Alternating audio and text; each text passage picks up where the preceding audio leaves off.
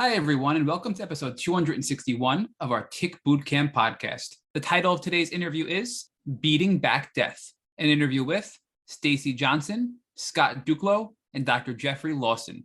My name is Matt Sabatello. My name is Richard Johannesson. So the purpose of today's interview for you is twofold. You're going to hear about Stacy Johnson's Lyme journey and also learn about the new documentary coming out on Netflix, Lyme Disease, Beating Back Death, which Stacy both produced and starred in. You'll be happy to know that Netflix is picking up a documentary all about Lyme disease to help educate the masses about the severity and reality of chronic Lyme disease. You'll learn about the physical, emotional, and mental health components of Lyme disease and other tick-borne illnesses. Stacy is somebody who couldn't put her thoughts to words, to now being on this podcast, sharing her story, and putting out a documentary to help the entire Lyme community and world learn about the realities of this horrendous disease. So without further ado, Beating Back Death with Stacy Johnson, Scott Dukelow, and Dr. Jeffrey Lawson. Hello, Stacy, Scott, and Dr. Lawson, and welcome to the Tick Bootcamp podcast. Hello. Thank you. Hello. We're really excited to have the folks who are responsible for the soon-to-be-released film, Lyme Disease, Beating Back Death. So, Stacy, why don't you first start with sharing with our community who you are? Give us a little information about your background. When did I start sharing with the Lyme community? No, I want to know about you. Our community wants to know who you are and where you came from and how you ultimately came to your acting career. We'll get to your Lyme journey in a minute. Well, started Sesame Street at 4 years old. Kept going. Then acting, and then I've done several productions. I produced. Then I got hit with Lyme. Probably, Dr. Lawson would have to tell you the year, but 2017 was when I started aggressive treatment, and it was really, really bad. However, I am back to work, but it's not like everybody thinks it is. There's a lot of behind the scenes on that also. So let's build out a little bit more of your background. I mean, you started acting at 4 years old on Sesame Street, but you've had a pretty interesting career, both as an actress and a singer, songwriter, director, a producer. I mean, you are a multi-talented human. You've even done a great deal of work as a stunt woman. And you've done stunt work on some of the I think some of the most iconic films. Two of my favorite films, for example, which I do want to share with you. And you've done some work on the Iron Man movies. It's actually my favorite Marvel movie. And another one of my very favorite movies is The Greatest Showman, which you had also done stunt work on. So I was really excited when we were doing our background research on you that you have actually played a large role in two of my very favorite movies. So talk to us about some of the movies that you've done and some of the films you've done.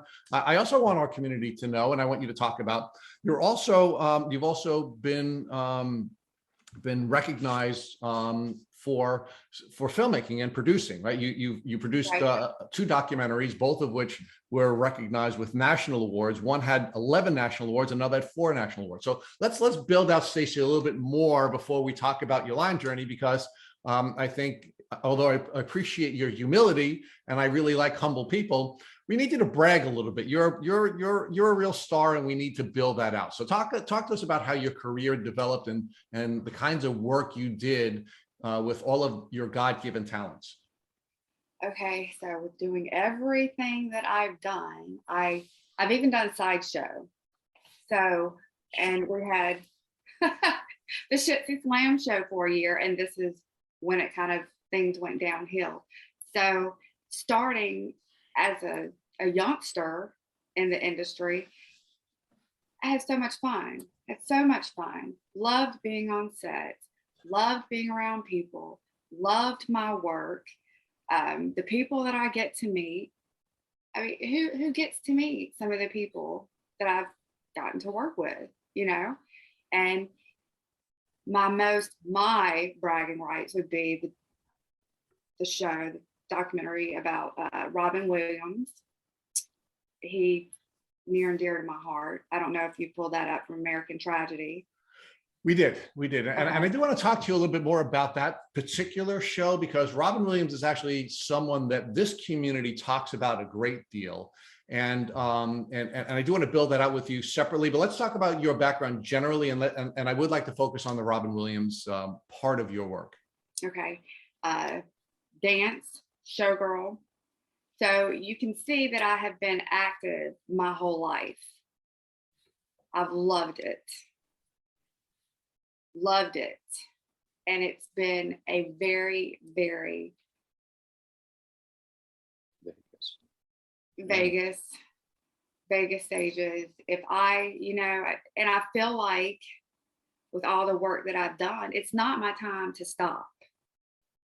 It's not my time to stop. I'm only 47 years old, and going on these sets, working with people, doing the work, all of the computer work that is put in, the camera work that is put in, dealing with people, having just so many things that you get to experience, traveling the world. You have to be in the industry to kind of understand the singing, the going on tour with different people. Lyme disease kind of took it to a halt for a little while. And it's pretty much, if you put myself on all these genres, and we still have to look it up, I'm the only female known to date that has the most genres in the world. So you have had a very storied career, and you've had the opportunity to work on some of the top films with some of the top people in the Hollywood industry, and it's because you are so multi-talented, right? You have so many different talents. Right. There's just been no limit to what opportunities someone with your talents would have available to her, because you have so many talents, right? And we did outline, again, two of my favorite films that I've ever watched. You were a part of. So let's talk about Robin Williams just for a moment, because I think there's sort of an ironic element here, because many people in the Lyme disease community believe that Robin Williams had Lyme disease, that he was suffering from Lewy body dementia, and that Lewy body dementia, at least by some of the leading experts in the community today, believe that Lewy body dementia is actually caused by Lyme disease. When you were doing your research on Robin Williams, did you come across any of the research on Lewy body dementia? And did you come across any of the research that suggested that perhaps there was a connection between Mr. Williams's untimely death and Lyme disease? Well, I did that documentary with him. I did because I personally knew Robin. It was not like, hey, we picked this. And so I know the family, and we can't put out medically because we just can't touch on that. But with the suicide, we can go to that, because Dr. Lawson can kind of tell you why you have to have. Here's another thing with the documentary. We have to have criteria to meet with people. I started off wanting to have several people in the documentary. Remember this, Doc? Yeah. That was our whole focus, was to put 20 to 30 people alongside myself with the documentary.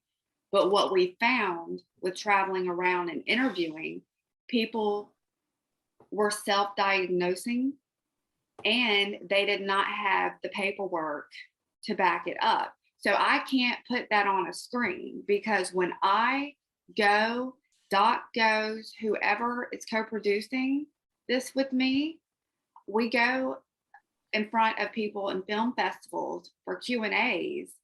And if they want paperwork and I don't have that paperwork to back it up, it's my documentary is no longer like it's valid. Oh, so I appreciate that, right? I mean, you have to source all of the claims that you're making in a documentary, or it won't be a credible documentary. So let me ask you a different question, Stacy. Do you believe that perhaps Robin Williams was suffering from Lyme disease, and that was a trigger for his untimely death? I don't No. I don't know. And that's something that I can't say that I believe it, because there's just not enough in that direction. So many people that say this, I don't know where they're getting it from. Okay. So Scott, why don't you build out your background first? Tell us about where you came from and tell us what your life was like before you met Stacy. Well, I grew up in New York, not in the city, in the country.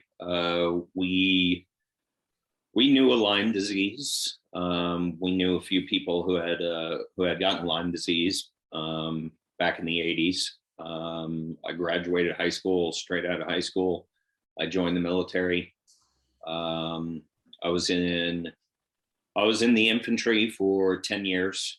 And during that time period, I couldn't even tell you how many ticks I pulled off me. And that's another aspect that I don't know if you guys have really heard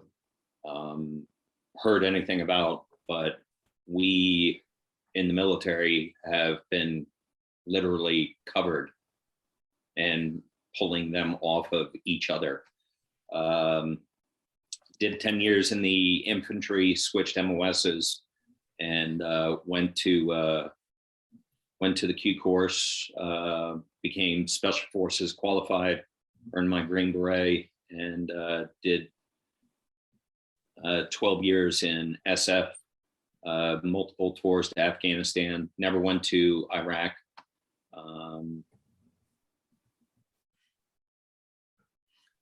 So thank you for your services.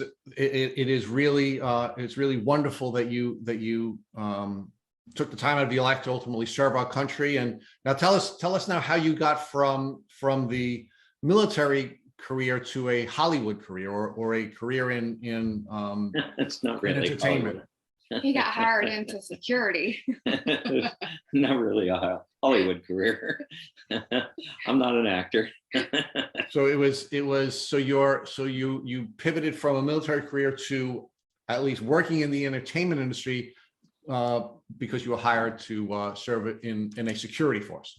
Right. He's my security. So we have a lot of us carry security with us. So he was hired on as my security. So, Dr. Lawson, give us your background. Talk to us about where you're from, where you grew up, and where you were educated.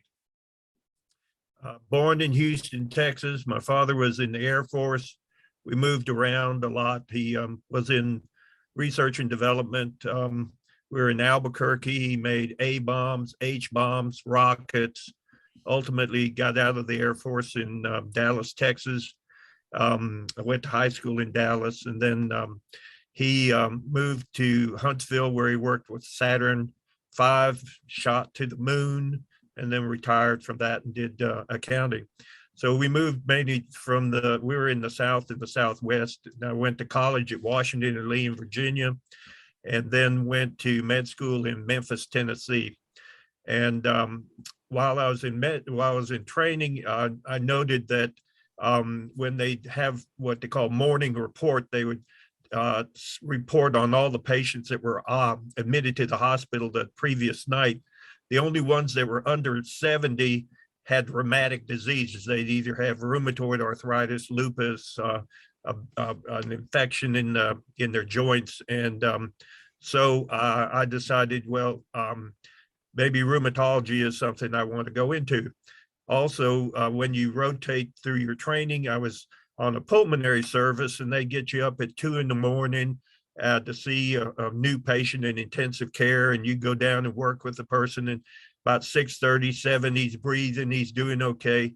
And the first thing he says to you is, "Doctor, when can you get me out of the intensive care so I can have a cigarette?" And so I decided that I didn't want to be in an adversarial relationship with my patients, that I wanted to be in rheumatology. The patients do not cause their disease. A majority of them have inherited an overreactive, aggressive immune system that for some reason, possibly due to viral illness or bacterial infection or whatever, their immune system thinks that they've been infiltrated by alien creatures like the alien on the movie, and that it's going to jump out of their chest and kill everybody on the spaceship. And so our job is to bring the immune system under control, to prevent damage, maintain independence, and provide them with a life that they can enjoy.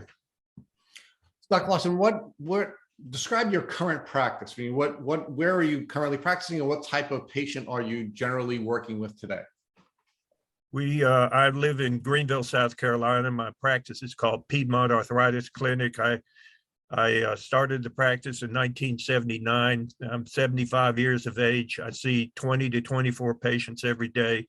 Majority of them are standard in that they have osteoarthritis, rheumatoid arthritis, lupus, psoriasis-related arthritis.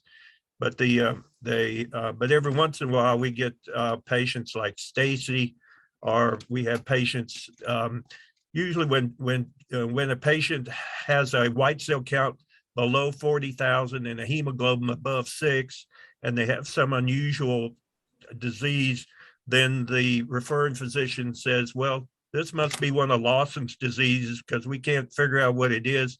So let's send it to him and let him figure it out. So some of my patients who come in with that type of condition, we just name the disease after the person, Sanders disease or Williams disease.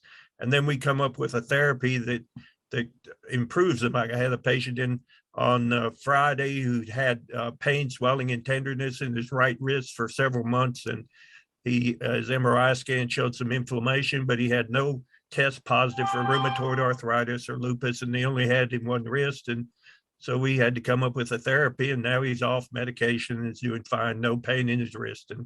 And so that's the nice thing about our diseases, is that some people actually get well, but we are able to maintain their, like I had a lady come in who was 37 with her children. I said, your mother has rheumatoid arthritis. They said, yeah, we know that. I asked the 10-year-old, how old do you think your mother was when she developed rheumatoid arthritis? She's 37 now.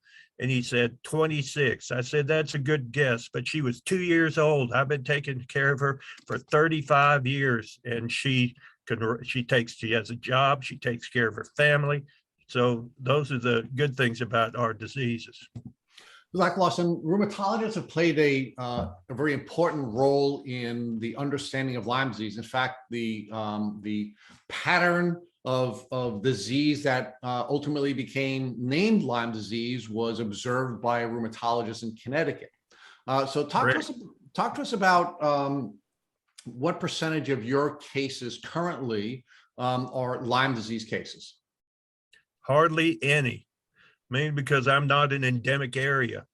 And so if I was in New York, then I'd have a significant number of patients. But the few I've seen, we've always got them well, or not well, not Stacy's not well, but she's able to do things that she wants to do. And I had a patient that came in who had central nervous system Lyme's like Stacy, and she also had systemic lupus too. So that was a real challenge to get her better, but we were able to get her better. So Stacy, let's come back to your journey now and talk to us about when your symptoms, the Lyme disease symptoms, first began to present in your life. They started probably a good few years before 2017 when it hit hard. I was traveling around. It would be nothing for me to be on the road, filming, traveling 3 months, and I would only be home, see my home 3 days out of 3 months. That's how busy I was. I started having really weird heart issues. I kept pushing myself, not wanting to see that it was something serious, because every state that I would go into the emergency room when I was working would say, hey, you're working too hard. You're stressed. Maybe you need to cut time in this industry. Or are you possibly, every time they ran a drug test on me, never, ever, ever, Dr. Lawson, would you like to say, I've never, ever, ever tested positive on any type of drug. And I will put That's that correct. in my life. I do not use drugs, but because of the industry, I think that a lot of doctors discount that we're just all doing whatever and it's a party heyday everywhere. And it's not. I'm not going to lie. There is a lot of it. I was just not one of those. I did drink alcohol, but I didn't do any of the other stuff. So, But I started having a lot of symptoms that they put me through multiple tests, and I kept getting depression. I kept getting, it was always, you're working too hard. so Stacy, let's build that out a little bit. I need a timeline here. So we're in 2021. You told us during our pre-roll conversation that you began to treat in 2017 with Dr. Lawson. So give us a timeline. When did you first start to deal with these symptoms that you now know to be your Lyme disease symptoms? How long before you started treating in 2017 with Dr. Lawson? Years. Tell us about your tick bite. Years. Like, I can't remember the actual year. You might have it on your paperwork, but it was years that I had the tick bite and the rash. But I just pulled the tick off and I kept going because I've had tick bites before. You just pull it off and you keep rolling, you know? So Stacy, let's talk about that. Let's pause there for a second. So how many times were you bitten by a tick during the course of your life? Probably several. Growing up in Georgia, I got them all the time. But I was fine until probably my mid 30s when I got bit by the tick. That's when I noticed I started having fatigue, and it just slammed me, and I was having to travel all over, tired, could not figure it out. They thought it was heart issues. Nothing ever showed up on any of my EKGs. My heart, every time I would get whatever they're called, you know, the sonograms of the heart, valves, everything worked perfectly. So I kept getting so many misdiagnoses that I stopped. I stopped going because it's just like, you know, what's the point? Stacy, we're gonna build that out. So let's go back to this tick bite. The tick bite that you believe is connected to the development of your chronic symptoms. When did you get that tick bite, and where were you when you discovered that tick? What were you doing? I was on a golf course. I was on a golf course in Fayetteville, North Carolina, and I had walked into the tall grasses where I was too cheap, you know. I knocked my balls off into the grass, and I'm like, you know, I'm not going to pay for these balls constantly that I can't even golf. So I used to drink and golf. So I would drink alcohol, golf, and just hit balls, doing just asinine things. Now, I wish I'd never touched a golf club because I don't even like to golf. So yeah. Stacy, one of the things that we've discovered on this podcast is that in most cases, when people are bitten by a tick, their immune system can manage the microbes that are spit into them. And rarely do we see people going from a tick bite and an acute illness to a chronic illness, unless there are a couple of factors that are present that will cause you to be immunocompromised. And one of the things that I was listening to when you were describing what your life was like at that time, where you were working, you know, 87 days of every 90 days of a calendar 3-month period, that you were just tired. You were working really hard. You were not taking a break. And you believe that because you were working so hard and because you were doing so much, that it was having an impact on your immune health. No, because my heart, I started having palpitations. I started swelling. I would have headaches. My blood pressure, remember, Doc, my blood pressure, he would bring me in and it was like 170 over, like, I can't remember. So it would hang in the 170, 160 range. And the heart is when it finally said, you know what, something is really wrong here. I can't push any further. So Stacy, how many different doctors did you see between the time that you suffered the tick bite that caused you to begin to suffer the fatigue and these developing symptoms, and when you finally met Dr. Lawson? With ER visits and probably 20. And That would be on a low end. okay, so so talk to us about what your interaction was with these 20 different doctors, and tell us what they were landing on each one of these different doctors other than Lyme disease. I would go into the emergency room. They would say your blood pressure is way too high, or I would go into a, what do you call it? A 24-hour medical clinic, and they would send me by ambulance because my blood pressure would be too high. I would get there. They would hold me pretty much the whole day for 10, 12, 14 hours sometimes, run all the tests. Nothing would show up. So they, they could never figure it out. And then are you eating mud? I got that one time. Are you eating red clay? And I just looked at the lady thinking, is she serious? Like, is she really serious? That pissed me off because I knew and I have a couple of tattoos. Being in the industry, somebody had recognized me in that clinic that I'd went into. And I thought it was because of the industry that I was just kind of being targeted as not being taken serious. So I've learned that so many people out of the industry, everyday folks, are having the same issue of not being believed, or, you're doing drugs, this, that, and the other. Every time it was pee in a cup, blood test, and nothing would come back. And when they would see that, they were really confused because I honestly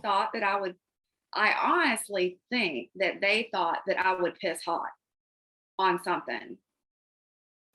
Honestly, hand to God.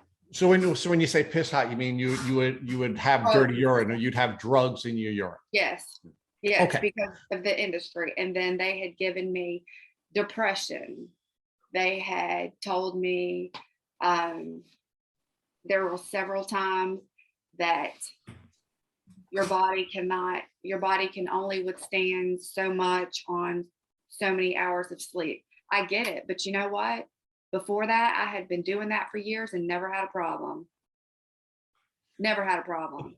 So and when Scott, you had the tick bite, you got the rash. What did your medical friends tell you to do about the rash? Do you remember? They said to put an antibiotic cream on it and not to worry about it. Yes, to put a cream on it. And I'm like, okay. I didn't put a cream on it because I'm like, whatever. I mean, because I didn't take it serious. I knew nothing at that time about Lyme disease. Nothing. Okay. So let's stay with that for a second, Stacy. So you suffered a tick bite. You had a rash. Was it a traditional bullseye rash, or was it a different type of rash? No, it was a traditional bullseye rash. And I just thought somebody told me it was ringworm. 2 doctors told me it was ringworm, and it was by my crotch. And I'm like, how do you get ringworm by your crotch? That's just an area I don't think I'm going to explore, but let's stay focused on you. So you suffered a tick bite, you had a bullseye rash, and Dr. Lawson is suggesting that you went to see at least 2 doctors when you were suffering from that rash. What type of doctors did you see? And when you went to see the doctors, were you able to show them the rash that you had been suffering from? Yeah, I did. They were actual just primary care doctors, and they told me I had ringworm. And they gave me cream, and I said, I believe them because, doctors are doctors. I listen to them for a reason. They're there to help. I'm not a good self-diagnosis because I'll keep on going. If there's something wrong with me, if it's not killing me, if I can't breathe and it doesn't stop my heart, I keep going. I'll push. So let's pause here for a second. And I'd like to bring Scott into this conversation. Scott, were you in Stacy's life at that time? Were you aware that she was going through this? So Scott, when were you introduced to Stacy, and when did you first become aware that Stacy was dealing with health issues? 2019. From the very beginning, we discussed it, and she had told me about the don't want to call it a journey, but the hell that she had gone through, and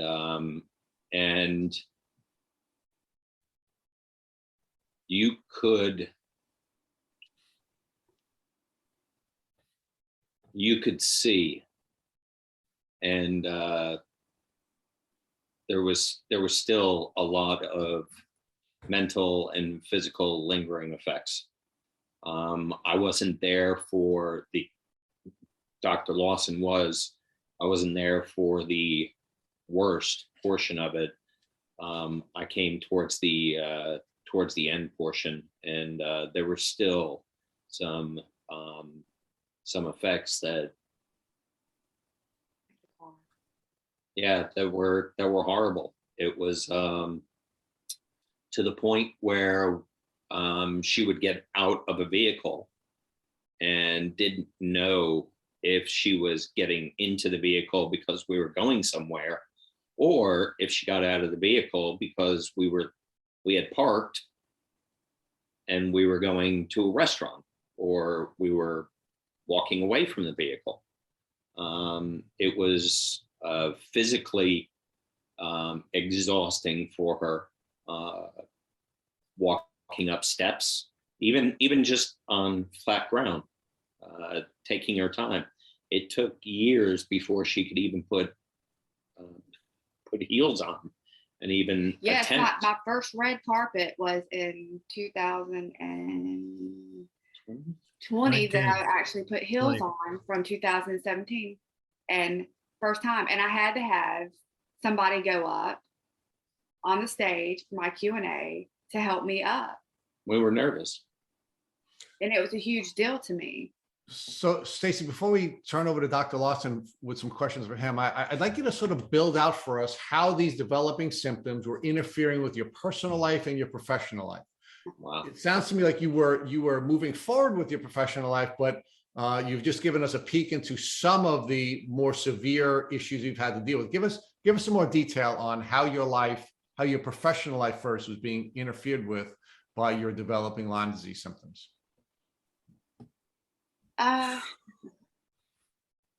It has crashed my professional life. Like I said, I traveled all the time when this happened. Yes, I am currently working, and I'm lucky to do one movie a month. Now, I used to be able to take every film that came at me. Now, if I'm picked up for 5, I'm lucky to be able to make 3. And that's huge for me, because I've never, ever had to quit. I've never had to call out and say, look, I have to turn this contract down. And it's the worst feeling in the world. And so many people, nobody, but probably 10 people know this. So this is my first time coming out with this. So when people see that I'm doing all of this work, I'm doing 15% of work out of 100 that I used to. And when I get these phone calls, Dr. Lawson, Scott, my whole team, my assistants, I'm constantly getting offers for work, and I want to take them so bad, and I try to take them on, and I outdo it every time. Like, I crash and I burn constantly. So Stacy, what are the symptoms that are preventing you from doing the breadth of work that you're capable of doing? I'm tired all the time. The medicine that I take makes me swell. It's a battle because in the industry that I'm in, you have to look a certain way. I haven't had Botox in 2 years, which is, I've always had Botox. And I know that a lot of people see that as a vanity thing, but in my work, I have to have it. And with the Lyme, it's aged me. It's aged me. And there are days where I look really good. And then there are days like this that I do not look good at all. And I can't stand looking in the mirror anymore. I can't stand it. So Stacy, you had a tick bite and a traditional acute presentation of Lyme disease. You treated with over 20 doctors without getting a diagnosis. And then you finally found Dr. Lawson. How did you find Dr. Lawson, and why did you choose to work with him? Well, he was a follower and a couple of other people, fans of movies and different things that I have done. And people basically sent me that way. People that I trusted. So when folks were urging you to work with Dr. Lawson, why were they urging you to work with him, and why did you ultimately settle? Why did you ultimately settle to work with him? Because he's the best. And you believed he was the best because people that you trusted told you that he was essentially the real life Dr. House who could deal with and overcome diagnostic challenges and come with a diagnosis. This is how good Dr. Lawson is. I have a home in Las Vegas, Georgia, Florida, South Carolina. I could easily go to LA, but he is the only person that has gotten me better. He is the only person that I trust, that I put everything into. Because yes, there are doctors everywhere, I'm sure, that are capable, but I know his I know his capabilities. And I tell people, there are entertainers, there are celebrities in Vegas. There is so many of my celebrity friends are there. There's so many in California. And they have to go other places to get help. Now, you know that's a problem. If you have people that are A-listers that live in these towns that they love, huge towns, and there are no Lyme doctors there, that's a problem because they're having to travel back and forth to the country. But I have swelling issues. I can't fly. Like I cannot, it is HELL to get on a flight because of my swelling. If I go on a project and it's more than 10 hours, I have to go 3 to 4 days prior. So my swelling goes down. Then I'm hoping I can work and get through things, and I push with the medicine. You know, I have to take some pain medicine to get through. Or if not, I would be just like everybody else laying in the bed because it's bad. It's a lot worse than people know. They see me in these articles, they see me on TV, they see me doing all of these things, and they don't know how tough it really is for me. Dr. Lawson, tell us what you knew about Stacy Johnson before she came to her first appointment with you. She just wanders in. I mean, that's the way my life is. The statement she made about the tick bite and the rash, that's the whole essence of why this documentary is so important. So let me tell you this story. I've got a son who's a computer geek, and he's in Virginia, and he works for a group with some endocrinologists, and he made a program that connects to the glucose measuring device with an insulin pump, so you don't have to worry about diabetes anymore. So he calls me one day.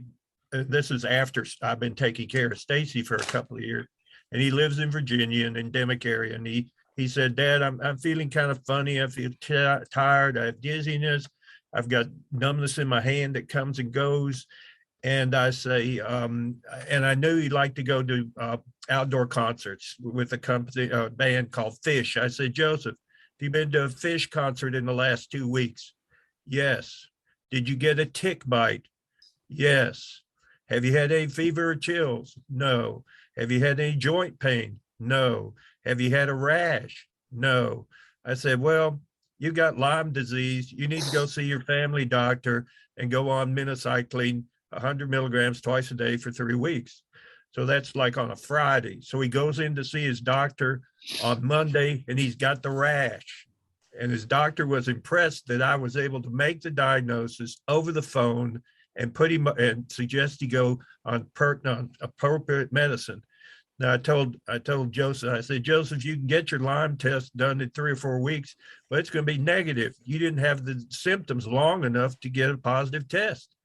But that's the whole point of this whole documentary, is if you get a tick bite, go on the antibiotics. You know, don't wait to see if you have symptoms or anything. The doxycycline was used for acne for years before they came up with these other medicines. You know, it does have some side effects, upset stomach, and sometimes nausea, maybe a little headache. But if it keeps you from getting into a position where Stacy is, then take the medicine. So Dr. Lawson, let's pause for a minute and talk about Stacy's presentations. You said she just walks into your office, and how did she present, and what were you most concerned about when Stacy first walked into your office? Well, let me read her initial history. Okay. It says on January 24th, 2015, she had sudden onset of feeling of doom with pain in her left jaw and associated numbness down her left arm and tingling of the middle and ring finger of her left arm. She had a headache on the left side with dizziness and tunnel vision. She had chest discomfort with shortness of breath and feeling that someone was standing on her chest. She did not cough up any blood, but she collapsed in a McDonald's restaurant. They started CPR on her. EMS was called and they continued the CPR, and then they defibrillated her twice and transported her to an emergency room in Chicago, where she had elevation in troponins, which is chemicals that elevate if you've had a heart injury, but and some ST depression, which can occur with strain on the heart, but no evidence of a myocardial infarction. She had increased blood pressure in her left arm as compared to the right arm, and had dilatation of the blood vessels across the left side of her chest. They initially thought she may have had a heart attack or a pulmonary embolus. All her toxicology tests were negative, and she had an EKG and an echo. Their cardiologist could not explain why she was ill, but of course, she's an entertainer. She was there with a freak show, which is the part of a circus that has a bearded lady and everything. And in the Barnum movie, she did a fire act. She does fire. Greatest Showman. Yeah. And so then she went to Fayetteville, her hometown. Their cardiologist couldn't find anything wrong with her. And then she went to Duke, and they couldn't find anything wrong with her. And so they're telling her, we don't know what's wrong with you. Maybe it's in your head. And this wasn't blood pressure. This was the chest discomfort. And so she comes in, she had a history of some abnormal pap smears. So the first thing I worried about was maybe she's got metastatic cancer. And so we did scans of everything, and they're all normal. She did not, I was wondering about pulmonary emboli and possible blood clots in the pelvic area, but the ultrasound was normal. And then we did all my rheumatic disease tests for lupus, rheumatoid arthritis. They were all normal. So then I said, well, let's check her Lyme test, see what happens. And she had 5 positive tests, 2 IgM and 3 IgGs were positive, and her test of inflammation, her C-reactive protein was elevated, and her SED rate was normal. Okay, so I said, let's pause there, Dr. Lawson. So how long did it take you from when Stacy first presented with all of the symptoms you've just described to the time that you finally thought we should test for Lyme disease? It took maybe 2 weeks, and then the Lyme test comes back, like 3 days later. Okay. So we knew she had Lyme disease. So what led you to ultimately turn to Lyme after you were considering all these other potential diseases that she may be suffering from during that 2-week window? because it's the only disease that does all this weird stuff that was happening to her. It causes central nervous system and cardiac problems. She didn't have any arthritis, so that made it a little harder. I'd had after she came in later the next year, my lupus patient came in with central nervous system and central nervous system due to Lyme's and due to her lupus. But most of the patients I'd seen with Lyme's disease had arthritis, mainly in the right knee with recurrent swelling. And I had a patient that we had on Rocephin in the hospital, and the hospital said that's not our preferred medication, and we're going to switch him to something else. And he got worse. I said, no, he's got to be on Rocephin. That's the only one that works. Put him back on Rocephin. We cured his Lyme's disease. So prior to diagnosing Stacy with Lyme disease, how many Lyme disease patients had you treated up until that point? About 4. There are not many here. Okay. So that's why the documentary is so important, is awareness for physicians in an endemic area that, the first somebody comes in with weird symptoms, the first thing you ask them is, have you had a tick bite? Now, they may not know they've had a tick bite, but if they're still having weird symptoms, you go ahead and you say, okay, we're going to test you for Lyme's disease and we're going to put you on antibiotics anyhow. What the heck? I mean, it's innocuous medicine. So Dr. Lawson, I think most of the data suggests that most people who are suffering from chronic Lyme disease do not recall having been bitten by a tick. They are stealth bugs. Correct. That are very good at finding you, biting you, and leaving you without you being aware of the tick having bitten you. So at some point when you finally started to lean towards Lyme because you had this set of classic symptoms that were presenting with Stacy, did you ask her, has she ever been bitten by a tick, or was that something that you discovered after you got the results of the Lyme disease test? We didn't ask her initially. We got it. We asked her about it, and her. I mean, my memory's bad. So yes, when she comes in, the first time we put her on antibiotics, she doesn't talk to anybody. She just sits in the chair. She just kind of gazes across the room. She's not talking to you. She's not doing, you have to help her down the hall. Her balance is so bad that you have to hold her and put her in the chair. And the other thing that's interesting about Stacy is being an entertainer, she has an entourage with her. And so that her son's dressed as Iron Man and his friends dressed as Spider-Man, and they come into the infusion suite where we don't have anybody in the infusion suite but the patient. So I'm in there saying, don't worry about this. She's an entertainer. Leave the entourage alone. Let them sit here. They're all huddled around her. Please get her better. And Dr. Lawson, I think we have to pause for a minute. They were wearing Marvel outfits. You cannot ask somebody who's wearing an Iron Man and a Spider-Man outfit to leave. They're, no way. No way. Are you gonna? I had also had another famous actress that was on Miami Vice with myself and an attorney. So there were like 5 of us there. And so we always traveled as an entourage, always. And it's important to travel with your attorney. I admire that as well. Exactly. So now we understand why Dr. Lawson was going to allow the entourage to stay. The attorneys always have to stay. I always want to be there. Anyone wearing a Marvel uniform has to stay. And then, of course, if you have a friend who's a famous actor, she has to stay as well. So now you have this whole entourage there, Dr. Lawson, and you're now trying to sort of tease through all of these people and all this information. And you're trying to diagnose this woman who's been on this very, very difficult and challenging journey. And you finally settle on giving her a Lyme disease test, and it comes back positive. So now, Stacy, let me focus on that with you for a minute before Matt starts to explore these issues with you all. When Dr. Lawson said to you, you have Lyme disease, what was your reaction? Honestly, my mental capacity of anything was pretty much gone. I could not speak sentences.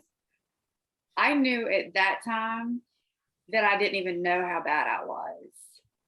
I honestly didn't think that I would make it much longer.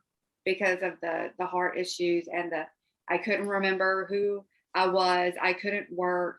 I couldn't drive. Honestly, I had lost myself. I was gone. Mentally, I was gone. So, Stacy, it sounds like you were just so sick that you couldn't even process the information that you were being given by Dr. Lawson. That I couldn't. you had That's a why diagnosis. another reason why I had to have so many people around, because I would have just laid there in my hotel room and just, I don't know, because I wouldn't eat. I would forget to eat. I lost appetite. I lost, remember that, so much weight. It was, yeah, there were times where I would wet the bed because I would forget to go to the bathroom. So Stacy, I'm sitting here listening to you and Rich and Dr. Lawson and your husband Scott speak, and I'm just so frustrated by the fact that you were so sick, yet they couldn't get to the root cause, meaning you literally, your heart stopped in a McDonald. You died. You were brought back to life. You were resuscitated. You couldn't speak sentences. You couldn't remember who you were. You said mentally you were gone. You said you didn't realize how sick you were. You were wetting the bed because you were forgetting to go to the bathroom. I mean, this is not the person you were prior to getting sick. And yet doctors could not figure out what was wrong with you. But I wonder, do you think that there was bias here because you were an entertainer and an actress, and that they were sort of brushing this off as, like you said, maybe you're doing drugs, but they're not testing positive on the drug test, or maybe there's other factors here which cause doctors to sort of brush this aside and not take it as seriously as it should have been taken before meeting Dr. Lawson?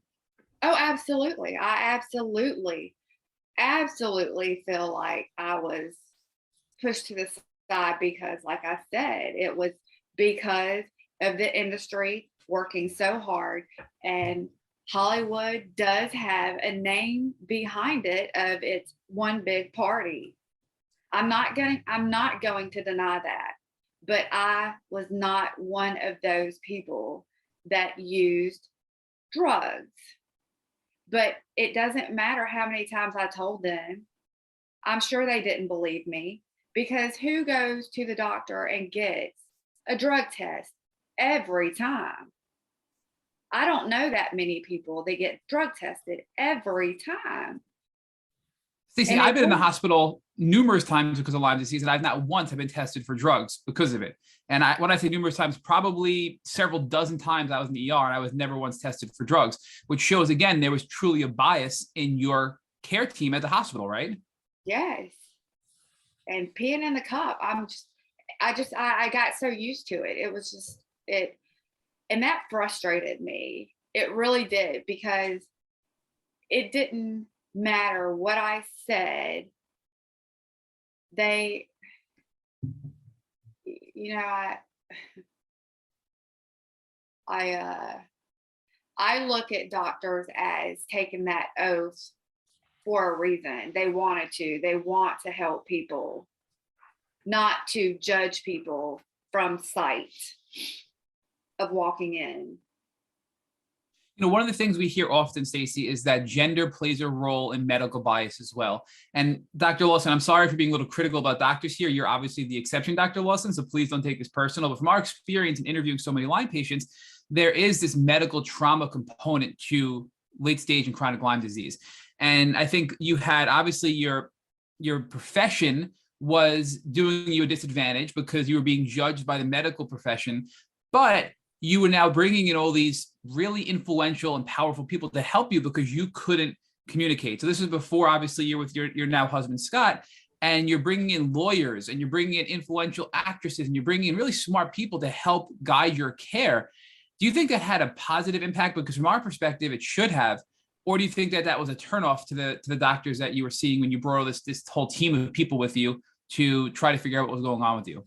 No, you know, the funny thing about this, when I would go alone, it was more of a bias. When I would bring team of people that they noticed on TV, they would jump through hoops.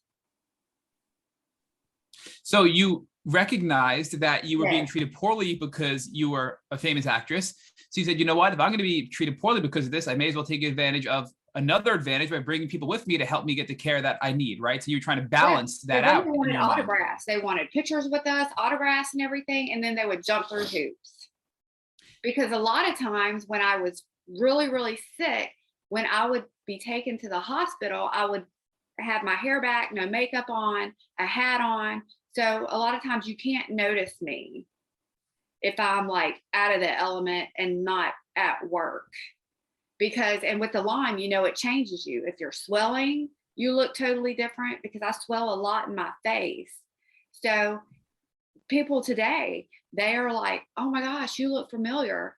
But it's so much harder to recognize me if I'm not in a photo shoot or a magazine or what. Does that make sense? Because of the Lyme. It does. And I think pretty much everybody listening to this podcast that has dealt with Lyme disease can relate to that, Stacy. And, you know, I think this goes to show, though, that an average person who's going in who is cognitively declined, they can't communicate. And now you had friends and family and powerful people you were bringing with you, and you still were failed by doctors until Dr. Lawson, right? If I'm just John Citizen from California who has no family support or social support or professional support, and I'm walking to the ER and I can't communicate and I have all these diverse symptoms, I mean, I'm at a huge setback here to get a proper diagnosis of Lyme disease. And I think that's why so many people go so long before getting a proper diagnosis, because it's just not thought about enough. And if you don't have enough of a support team behind you, it's really going to delay your diagnosis. So what do you think about that? It is. Well, and he's noticed this too. Now I will go places if I've had to go to an urgent care wherever I'm filming. They will treat me whatever, but as soon as they're like, oh my gosh, I think that's Stacy Johnson. Oh my gosh. Oh my gosh. How do they change? Then they're jumping through hoops. They're like, okay, we will do anything first in line and out the door, which is not fair. It's not fair. It works in its advantage, however, but it takes people knowing who I am. And when they realize it, you see their attitudes. Or their attitudes. Their attitudes go from, you know, okay, we're just going to do this. They find out who I am from other nurses or whatever that's around. And then they're coming to the room and they're wanting to talk about my career and can I have an autograph and take a picture with you? And then they're really nice. And then they want to help. That's not cool. Because if that's happening to me, I know that that's happening to everybody else, not in the industry. Right. And again, you still didn't get a proper diagnosis, even though people were recognizing you and you were leveraging, you know, your advantages that you had because of your profession and your friends and your socioeconomic status, and you still didn't get a proper diagnosis, right? I mean, you were telling us earlier that you have A-listers that you know in Hollywood and in the community that have to travel across the country to get proper treatment for Lyme disease. So even people that have far more means and advantages than the average person are still having trouble getting proper care for Lyme. And you noted yourself, Stacy, right? You are where you are geographically today in the world because you needed to be in close proximity to Dr. Lawson to give you proper care because you couldn't get that anywhere else, right? And you are somebody of means compared to others who may be going through this and struggling to find a doctor to help them, which stresses how much awareness and advocacy and change we need in the Lyme community, which is exactly why, Stacy, you're creating this documentary coming out at the end of the year, Lyme disease beating back death, right? Right. And another thing that I would like to know, like Lyme disease patients to know is, yes, sometimes I do get preferential treatment. I understand this, but I do get treated the same way as everybody else. And I am, with Dr. Lawson coming up with these concoctions, some of these things could have killed me, right, Dr. Lawson? They could have killed me. And we were a touch and go a couple of times with trying some of these things. So yes, I kind of feel like I'm a guinea pig. I don't want to be. I'm glad to be for everybody else, but it's not easy on myself either. It's not like, hey, I never wanted to be an advocate of, I didn't want this disease like anybody else doesn't want it. I think, again, you're the perfect person to bring this documentary to the general public on Netflix because your case was one of the most severe ones. You literally died in McDonald's parking lot. You're now telling us that Dr. Lawson gave you treatment that was trial and error that could have been touch and go, right? It could have been really bad for you, the treatment. And luckily I was put in the it helped hospital you. from it. You were hospitalized. Yes, there were times that I had weird things go on, Multiple. right, Dr. Lawson, that he would Yeah, have to she's put me in weird. the hospital because these treatments did not, my immune system, right, would fight the medicines, the Rocephin and things like that, the infusions going in, and it was like a war in my body, and I'd have to right back in the hospital. It was not fun. It was not like I went on infusion lines with Rocephin and everything just went great. It was a lot of touch and goes. And that's why we're so thankful to you, Stacy, because you are so open and honest and vulnerable about your experiences. And I think this is going to help clear up a lot of fallacies about Lyme disease. And I think there is a difference between acute Lyme disease and chronic Lyme disease or late stage Lyme disease. And Dr. Lawson, you talked about your son, Joe, who had identified acute Lyme disease. Thanks to you, Dr. Lawson. He got treatment and got better. So he didn't have to face what Stacy had to face and what I had to face because he had early diagnosis and early treatment. So I have people in my life, and one person I can think of in particular says to me all the time, I had Lyme disease too. And oh yeah, that was a rough week. And I had to take doxycycline. Oh, my stomach hurt from my doxycycline. Yeah, it's a hard disease. And I'm like, you have no idea, right? So Stacy, this documentary is going to help make the world aware about how severe late stage Lyme can really be. And that's what I think is so powerful about your journey, your experience, your documentary, and your unique God-given skill set to bring this to the community to make everybody aware, not just the Lyme community, about how severe this illness can be. I mean, look, you had a doctor, despite all of your advantages, tell you you were eating mud before he thought about Lyme disease. That's outrageous, right? Think about that, how crazy that sounds and how insulting that sounds. When it was up over 170, I was pissed. And I couldn't be any more pissed because I was having a hard time breathing. So luckily, my blood pressure was up at that time because that doctor and I probably would have had some issues in that room.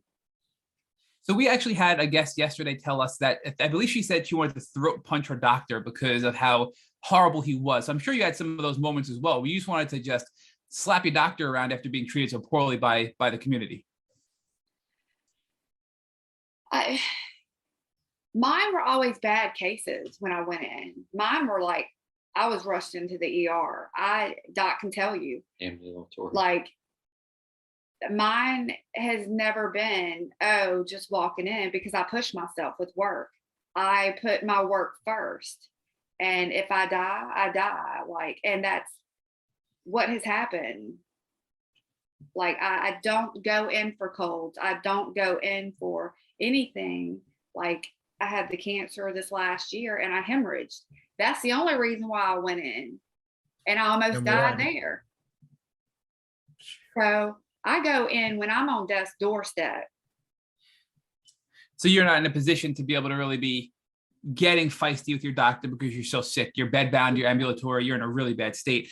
So just to give us, I want to try to identify a timeline here, right? So at what age, Stacy, did you first start to develop your symptoms? I know I'm going backwards a little bit, just so we can develop a context here. When did you first develop your first Lyme-related symptoms? Now you're talking about the tick bite? Well, I guess when was the tick bite? And when after that did you start to feel sick and start to develop your early symptoms of Lyme disease? Do you remember the year, Doc? I'm not sure. You had your heart stopped in 2015. I think you got your tick bite like at least 2 or 3 years before that. So It may have been like 2012 or something. Okay, so about 2012 is when you got your bite, and around 2015 is when your heart stopped. But in between there, obviously, there were other symptoms that were building in, Stacy, right? So that's when all those other symptoms you talked about earlier, correct? So, and I had been bitten in probably around 2005, another time. But between these different tick bites, I'd never had any issues. But the one that we're talking about that I think we can pretty much peg to it is the one that around 2012, because when that one bit, that's when fatigue for like a whole year, that's what started first. And then it led up to swelling, blood pressure problems, and then heart problems. Stacey, are you comfortable sharing about how old you were at the time when you got bit by the tick, when you were golfing and you didn't want to get, extra balls, so you were going to get these balls out so you'd have to buy more balls and you got bit by the tick? So I think I was 38. Yeah, that sounds about 38. Yeah, 38. I think that's Like 10 years ago. yeah. 9 years ago. 10 years ago. Yeah. Okay, Yeah. so then how long was it from the time in 2015 when your heart stopped to the time you found Dr. Lawson and he ultimately diagnosed you with Lyme disease? 2017. 2 years. So another 2 years. From 2015 to 2017, I kept seeing. Now I was not seeing just regular. I was seeing specialists, and they didn't catch it. Talking Duke, was it Moffitt? Does that sound in Florida? What is it, Moffitt in Florida? They said they would not take my case. What kind of specialists were you seeing? Like neurologists, rheumatologists? Give us some examples of doctors you were seeing. Neurologist, cardiologist, hematologist. He is the first rheumatologist that I'd ever seen. Oddly enough. I know. There you go. I mean, I'm like. Well, Dr. Lawson, again. How long were you on IV therapy? I did the 9 months of Rocephin infusions, and then I did 6 months on a PICC line. But that was post-diagnosis with Dr. Lawson, correct? Right. Right. 9 months of IV antibiotics to get her where she is today, and she's still on the oral antibiotics. And 6 months on a PICC line after that. Okay, so I want to get to that in a second, though. So I just want to now, so Dr. Lawson, for you, again, just telling you the raw truth about what we experienced on this podcast, again, after interviewing 251 Lyme patients prior to this interview, oftentimes rheumatologists treat Lyme patients very poorly and dismiss Lyme, refuse to test Lyme, offer to test Lyme, and then never test for it. Really, really bad experiences that people have with rheumatologists, even in tick endemic areas like New York and Pennsylvania, right? But here you are, Dr. Lawson, and you're not in an endemic area, but yet you're what Rich and I like to call your Lyme woke. So you are, I think, a very unique and special doctor. So thank you, Dr. Lawson, for being so open-minded and willing to treat the patient and look at the bigger picture, because clearly you helped save Stacy's life. And I don't know that many other doctors would have been able to do that. So thank you for that, Dr. Lawson. Well, that's why this documentary is so important that Stacy get it out and get it on Netflix, because this documentary will make awareness for this disease available throughout the United States and even Europe too. So now let's talk about, Dr. Lawson, the blood work, right? So you see Stacy, she comes in, and now just for context time as well. So at this point now, Scott, you are now married to Stacy. Is that correct? When you first see Dr. Lawson, or am I wrong with that? No. Not yet. Okay, so we're still not there yet. I'm sorry. So Stacy, you come into Dr. Lawson, and Dr. Lawson, you're running a whole bunch of tests. And I think you mentioned it came back where it was sort of indeterminate, right? There weren't enough bands. Is that what you said earlier? No, hers were damn positive. Okay. It was top of the line, 5 positives. I mean, nobody can argue. They can't say, "Oh, I don't think you have." That is the Steer diagnostic requirement. Alan Steer, 5 positive, 3 gamma Gs and immunoglobulin Gs and 2 IgMs. You got it. I mean, that is, it's kind of like a heart attack, and your EKG looks horrible. You're having a heart attack. It is, nobody disputes that.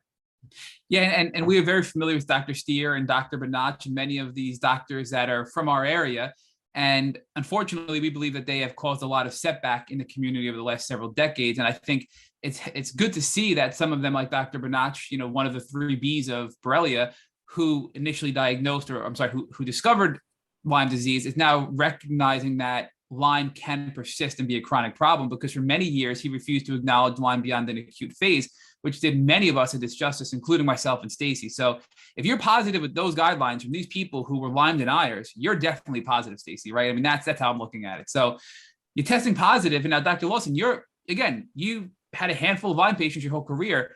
How do you then go and figure out what treatment to provide? Because if you're following ILADS, the International Lyme and Associated Disease Society guidelines, they vary significantly to the Infectious Disease Society of America guidelines to treat Lyme disease. So, Dr. Lawson, where do you come from with that perspective to treat? Because there's 2 well-established authoritarian figures that issued treatment guidelines for Lyme, and they vary significantly. So where were you with that?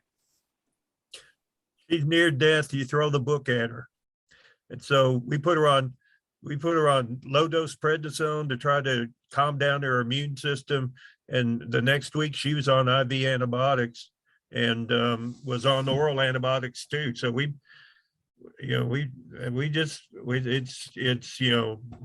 bombing Hiroshima. We're stopping this today. You're on treatment. Fortunately, see, since you don't know Stacy as well as I am, fortunately her brain was dead, so she couldn't argue with me about going on the treatment. But are you trying to say Stacy's feisty and she would have argued with you, so you were able just to give her what she needs without any sort of resistance? That be telling us, Dr. Lawson? Yes, because I'm one of these people that will not go to the doctor ever unless I'm in the back of an ambulance and I'm dying. He can attest to this. Right. If you've ever met a chief petty officer on a battleship, that's Stacy. She is in charge. And so fortunately she was mentally not in charge, so she couldn't argue. And the way we would tell how she was doing is we'd ask her. And we would do 3 weeks of therapy, and then we'd be off for a week, and she would say, no, it's coming back. And so then we'd go on it continuously again. So she pretty much defined how long we were going to have her on treatment, because she would tell us that she was getting better. Of course, I'm used to that because that's what my patients tell me. They tell me when they're getting better and if the medicine's not working long enough, and do we need to adjust things. So when we treat rheumatoid arthritis, it's kind of like tuning an old-fashioned radio. You turn the dial just a little bit one way or another to get them on track. And once they're on track, then you never change it. You keep it right on that station forever and ever. So Dr. Lawson, you mentioned that the antibiotics at first, I believe, were IV antibiotics, correct? Is that what you said? Now say that again. The antibiotics at first were the IV antibiotics? Yeah, right away. Okay, and that was ceftriaxone, is that what you said? Yes. Okay. It's Rocephin. Rocephin, right. Yep. I think that's Right. one and the same. Rather different. than giving them the generic name, which causes a lot of confusion. Because Right. they have another one that's kind of close to it that's different. Gotcha. So you're giving Stacy Rocephin, and that was for about how long? You said I think 9 months. I just want to make sure Well, heard you before. I'm pretty sure we gave her. I gave it here in the office for 6 months, and then she returned to Fayetteville because she was. See, here we go again. She was feeling better. Okay. So she stopped listening to you. Yeah. No, it wasn't that. I was itching to go back to thinking work. that she's well. And so then she starts not feeling well again. And so we had an infectious disease physician in Fayetteville that put her on IV antibiotics and a PICC line. Now, I didn't use a PICC line. We used a little needle in her vein because Stacy would have never gone for a PICC line initially, because that would be way too invasive to stick something into her chest or into her arm. That wouldn't have worked. So we did it with a needle because it came out every day. But then she was used to the idea of getting the IVs frequently. And so when she saw the infectious disease physician in Fayetteville, it was okay to do the PICC line. Of course, we had to adjust the way they delivered the medicine to her, because initially they put it in too small a container and that would make her flush and feel bad. And so we had to tell them to use a bigger container. But then she had a friend there, her what we call them, special friend, and they'd hook her up and give her medicine every day for an additional 3 months. And then she was, quote, well enough not to be on the IV antibiotics. Stacy pretty much tells you when she's going to take something and how long she's going to take it. And so we just listened to her and treated her and got her as well as we could get her. And even now every once in a while she'll stop her minocycline. And fortunately, the last time her veterinarian friend told her she needed to go back on her minocycline, because if I'd told her to go on the minocycline, she wouldn't have gone on the minocycline. Not true.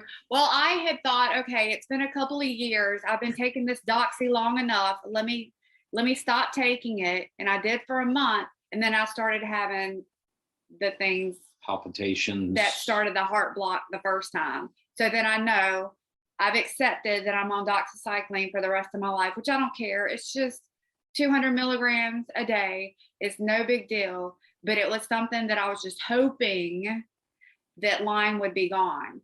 I want to believe, but I know.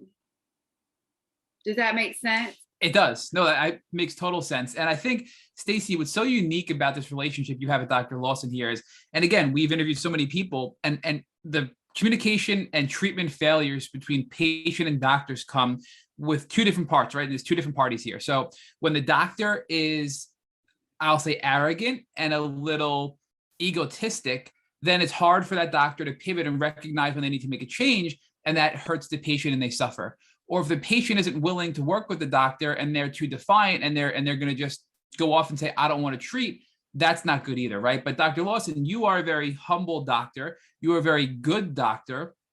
And you said, Dr. Lawson, that you would get her feedback, right? That Stacy would tell you, because you would ask Stacy, how are you feeling on this treatment?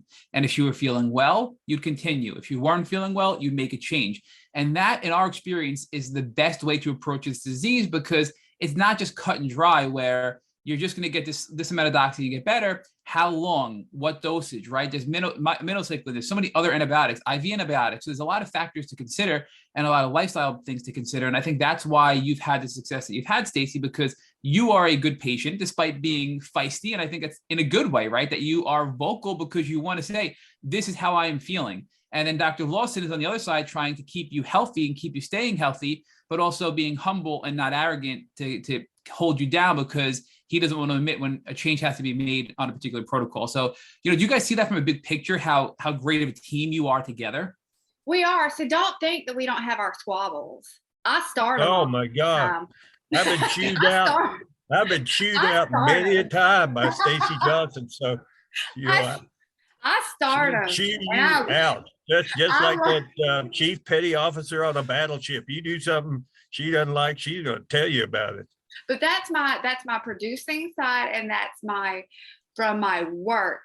However, I love my doctor. To me, there is no better doctor in this world than Dr. Lawson. And I love my doctor. And thank you. Yes, like truly love my doctor. I would not go, I'm telling you, like, if there's anything, I go to him. So our relationship is it's to other people, it's probably like, what is going on? Well, I'm a different type of person. I'm very type A. Dr. Lawson is not. He's very like going along. No, I'm type A. I'm there to get things done. And my thing was, I was so itching to get back to work, I couldn't stand it. And I had to prove to myself that Lyme was not going to take me down.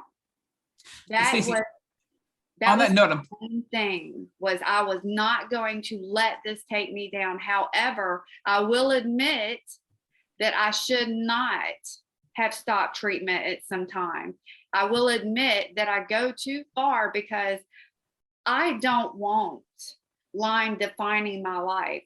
And I may or may not should do this, but I act as if I don't have it, because if I keep dwelling on it every day, it puts me back in a darker spot than I'm already in. And look, I totally understand that. I think all of our listeners totally understand that. And I'm sorry to interrupt you, but I wanted to ask a question that you answered anyway without me asking, which is great.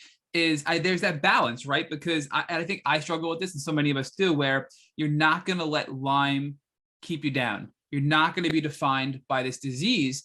So when you're feeling better after 6 months of this IV Rocephin that you were getting through the IV and not the PICC line, you went back out and started working again, right? But then you said, I probably did it too soon and I probably shouldn't have done that, right? So how do you straddle that balance of health, but also living your life and not letting your illness define you? And that's a really hard line, I feel like, to manage when you suffer from Lyme disease. So talk to us a little bit more about that. It is, because when I went back to work, I knew that I had accomplished something. And I thought in my head, Lyme is behind me. Like, it's behind me. I knew that it wasn't, because I still had the symptoms. I still had the pain. I still had everything. They weren't as severe. So if I was at 100, they were probably down to a 30, but it was still there. But I'm one of these people that I'll put it in a compartment over here and I'll stick it over there.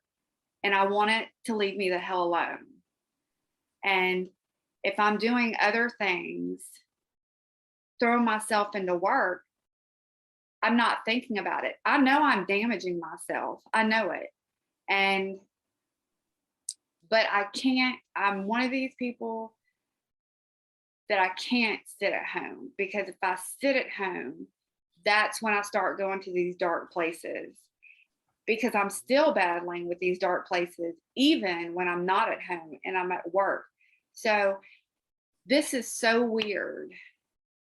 The roughest time where I was coming out of the phase, probably the last 6 months, I didn't have the suicidal tendencies. My mother and Doc had to keep me going with things that I could do at home. Like, I mean, I started in these business adventures that I had no business going into, that weren't film industry, and just wasting this money. But it was, they kept me alive from taking my life, because at that point I thought that I would never go back to work. And to work, there's not a Stacy without my work, if that makes any sense. Because there is a Stacy Johnson to most, but to me, my work is me. So it's like, with that, I lost my life.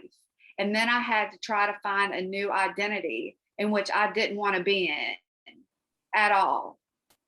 So I had, probably a year after that, I lost my mom suddenly, which put me into a huge, whatever, emotional battle. I threw myself even harder into work. And then I had cancer. I pretty much knew, but I kept going and just said, you know what? I don't care. At some points, I didn't care. I just, if I died, I wanted to die fast.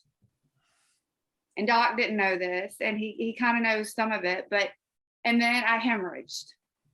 Well, there was no choice, because it was bad, and 5 surgeries into it. And there again, you know, I'm having surgeries done after 6 weeks of losing all of that blood.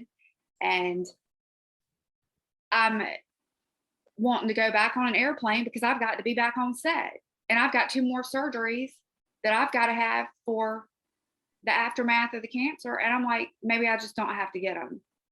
So that's where I have screwed myself. And then with the suicidal, it has gotten worse. The tendencies have gotten worse, because I look back and I think, okay, it's only been maybe 2 years. And then people around me are like, no, Stacy, it's been more like 5 that you've been sick, really, really sick.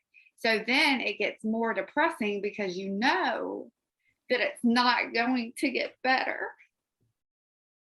You know that it's not going to go away. And you know that it's going to be a constant forever, because I had this in my mind that, you know what, I've gotten better. I still have the inflammation. I still have the pain, but at least I have my mind. I can at least work now and do what I love, but I can't do it like I used to. I can't be all over the world constantly at any given moment. I have to plan things out now to go to work. Like, it would be like having a child at home, to have to make all these plans to go to work out of country. So I have to take from A to Z, and then having my studio and all of these things that I worked so hard and saved so much money to open my studios. Like, at certain ages, I had goals, 10-year goals, studios by a certain age, film studio by a certain age. And I've reached that point. But guess what? I have Lyme disease. So now I still have the mind to go at 100 miles an hour, but my body will not let me. And it's hard. It is very hard. Stacy, but thank you for being so, again, this interview is so raw and vulnerable and truthful. And this interview is so needed for the community because most of the people listening to this podcast are dealing with Lyme disease and tick-borne illness, and they can relate to what you're saying, but they can't communicate it themselves. So you are becoming the voice of the community. So thank you for being so open and honest about this.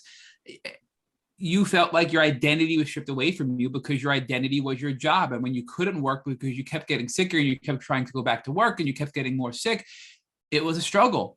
And I want to get to the mental health component of things. And I also want to just say, I hope you reflect about this piece of it because we're going to get to this as well. But I mean, look, you have really, really severe Lyme disease. You were really sick. Thanks to Dr. Lawson, you've made some major gains and progress in your healing, but then your mother dies. And we know when that happens, emotional trauma is a trigger for illness. It's a trigger for immune suppression. And then shortly after that, you had a bout with cancer and had a really, really ugly bout with cancer and hemorrhaging. And look, here you are today, Stacy, on this podcast, communicating very well. You're putting out a documentary this year to help the community. So I'm looking at this a little bit different than you. I'm looking at this as your purpose and identity is shifting. And what's happening here is your purpose and identity is to help the community, to help people like me, Stacy, to help people, that the millions of people in this world who are suffering from chronic Lyme disease, you are going to be our voice. You are going to get the word out about this disease, and you are going to help us make progress in this world that we've been desperately seeking for decades. So thank you for that. And I believe that's a bigger purpose than anything you had planned to do before. So I hope you realize how powerful that is. I hope Here's something else you need to understand about Stacy. Most people think she has significant wealth now. All right. When she came to see me, she had no wealth. She had no money. She had no insurance. We took care of her for free. I put her up in motel rooms so that she could be there to be treated. So she had no money to begin with. So her wealth that she has now had nothing to do with her treatment. So people who say she got better because she had money, that is incorrect. She didn't have any money when I was taking care of her. She had no insurance. I had stopped my insurance because I was like, I'm never going to get sick. And sure enough, as soon as I stopped my insurance, Blue Cross, I'm like, hey, I don't need it anymore. Well, there you go. So the money that people thought, like, yes, it's a lot more now, but they thought that I was working with like $50 million coming into this. And that's not true. Stacy, again, your honesty about everything is so powerful because anytime we do a story like yours with somebody who's famous and a celebrity, we get overwhelmed with comments, direct messages, and emails attacking us, telling us they don't understand what it's like. They have unlimited resources. I have financial constraints. You're not portraying the real story here. And I think here we are. We never know the circumstances of what's going on. I mean, you are a famous celebrity. You are a famous performer. And yet, Dr. Lawson and you just shared with us, Stacy, that you had limited resources. You had no insurance, yet you were still able to find ways and be resourceful to get to the health you're at today. And I think it's really another powerful part of your story here that people aren't going to be able to tell us, hey, look, Stacy got better because she had unlimited resources. That was not true at all, right? So you're going to give people hope in this community. So I thank you for sharing that piece of your story, because I think that's a really important part of your journey as well.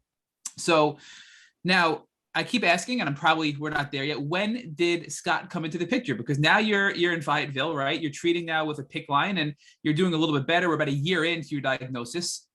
Is this when Scott is now helping you with your security, or is it still later on in the picture? No, it was 9 months with PICC line with Doc. And then it was 6 months. My mom and I kind of had a weird relationship. And it was at that point, I kept getting different, like talking to the Lyme community. You know, it's you get, okay, after this, you'll be good. No, you'll never be good. So I had to make that decision of, you know what? And at that time, Doc and I and all this, really, correct me if I'm wrong, Doc, we didn't know if this was going to be a lifelong thing for me. Correct, Doc? Yeah, Stacy's mother was a lieutenant colonel in the Air Force and ran a MASH unit in Afghanistan. So when her experience, her mother's experience, when she sees a patient, they have a big hole in them or no arm or leg. So when her daughter dies in Chicago, she wants to know why she died. And the medical community is saying, your daughter is crazy. There's nothing wrong with her. And her mother's saying to Stacy, you need to be evaluated more. You have to have more evaluations. So one thing I promised her mother, I've only saw her twice, was I would make sure that I got her better and that I make her life happily ever after. And those are the two things I told her mother. And so there was a conflict between Stacy and her mother there for a while until we got her on treatment and figured out what the heck she had. So Stacy, talk to us. Oh, sorry, go ahead. Go ahead.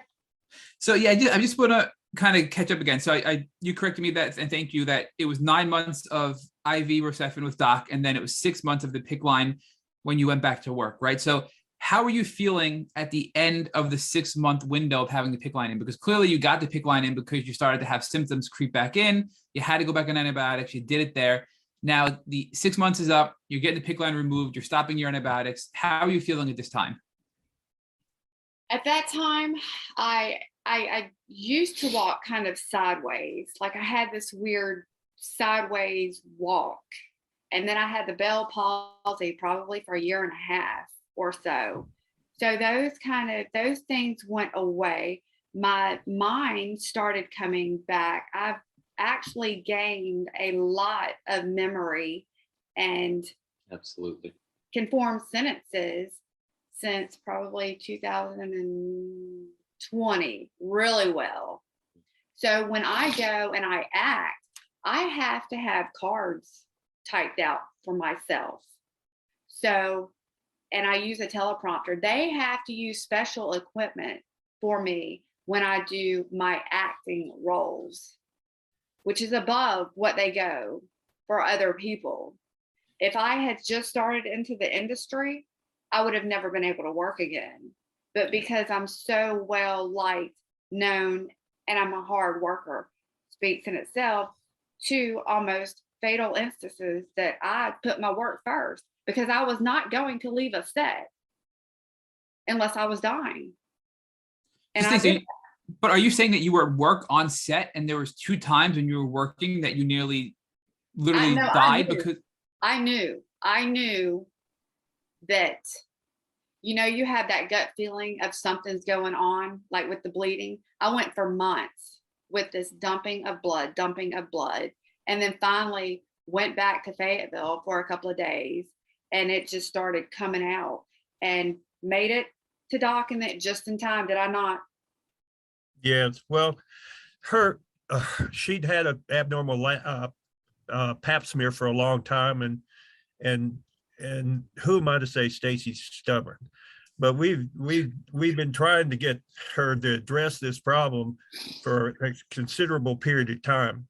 And when she said she's bleeding, Scott said he hadn't seen so much blood since he was in Afghanistan. And so when you talk about her having some vaginal bleeding,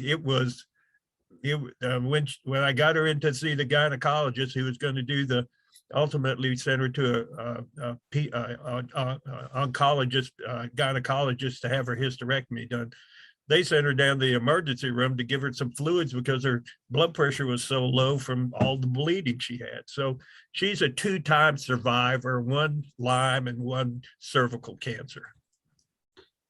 Yeah, and I put, because the Lyme had taken its toll on me for a little while and I didn't want it to define me. So I threw myself more into work thinking, okay, cancer's not going to be any worse than Lyme. If I've got Lyme, when I heard I had cancer, I'm like, whatever, that's nothing.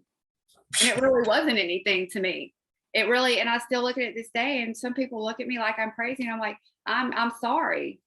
Lyme to me has been far worse than everything that I've dealt, surgery and everything with cancer. Cancer did not, they told me I had cancer, and I'm just like, so what? What now? It did not bother me a bit. It did not scare me a bit, because with you guys having Lyme disease also, I mean, there's all the effects on the body it never goes away. You may get brief moments, you may get hours that you're not in pain, or you may have days that you're swelling, but pretty much on every given day, you have some type of symptom from Lyme. I do anyway. For sure, Stacy, but talk to us about, because we're getting tighter on the time from here to the present date. I want to know a couple of things, a key points in your journey. So you said your mother passed, and obviously you met your now husband. So did you meet Scott first, or did your mother pass before you met Scott? My mother passed, and then I had some issues with the state and stuff like that. So we had to hire more security because things were going on due to that. Because I pretty much got everything, and family members were a little not so happy with it. So, yeah. Gotcha. So I guess before I want to follow up on Scott and ask some questions about that relationship, but when your mother passed, like I said, we know that emotional trauma, I won't call it trauma, emotional stress is an immunosuppressant, and it can make Lyme worse, right? So did your symptoms worsen, or did you have any flares after your mother passed because of the emotional stress of your mom passing, and now all this other stress about everything being left to you and having to deal with all those other issues you described about needing more security and having all these battles going on about the inheritance? Oh, certainly. She went in for a 15-minute surgery and didn't come out. She was perfectly healthy, and it was a bombshell. So when I was there, I was in a huge flare. And then that flare took it to, I'm telling you, if I had not had people around, I would have taken my life. So let's on that road. Let's talk more about that, Stacy, because suicide and Lyme disease are a really important discussion that isn't had enough. And it's been talked about a little bit on this podcast, but not enough, in my opinion. We're starting to explore it more. We know that Lyme disease causes mental health related issues. I mean, look, when you're that sick, of course, you're going to be depressed and anxious and have all these negative thoughts going on. But we also know that we've learned from some of the leaders in this community, the scientists and the researchers like at Duke University that are studying this stuff. They've proved that the bacteria, when it goes into your brain, which clearly it did for you because you had neurological Lyme too, that it will actually cause these symptoms. So not only are you feeling this way because you're sick, but it's neurologically changing you and your brain pathways. So give us an idea as to some of these thoughts and feelings you had regarding suicide, if you're comfortable sharing this. And again, probably a trigger warning should be issued here for anybody listening to maybe fast forward if they don't want to hear this part about suicide. But give us an idea of some of the thoughts you had pertaining to suicide after your mother's passing that you never in your wildest dreams imagined you ever would have thought about prior to getting sick. No, I had never had issues with suicidal thoughts. When I was so sick, I really didn't have those thoughts because I was not there. However, there were some at the end of it, my treatment, because I thought that I was stuck and would never be able to work. When my mother passed, it hit, like it really hit. But then I put myself back into work. But for some reason, this happened in 2018, 19 was fine. But then the cancer happened, and I thought, what else could happen to me at this point? But it has been the last year that I battled the worst with the suicidal thoughts. And I don't know why, because I'm better as opposed to where I first started with not being able to think, the heart issues. But for some reason, it is worse for me now, those thoughts and the dark places. It's like I can't pull myself out of dark places. Doc can tell you, I used to laugh. I used to make jokes. Things aren't funny to me anymore. My nature is more aggressive when I deal with people. I don't have tolerance like I used to with people. I used to be the class clown. I used to be the joker, everything. And now something has changed in me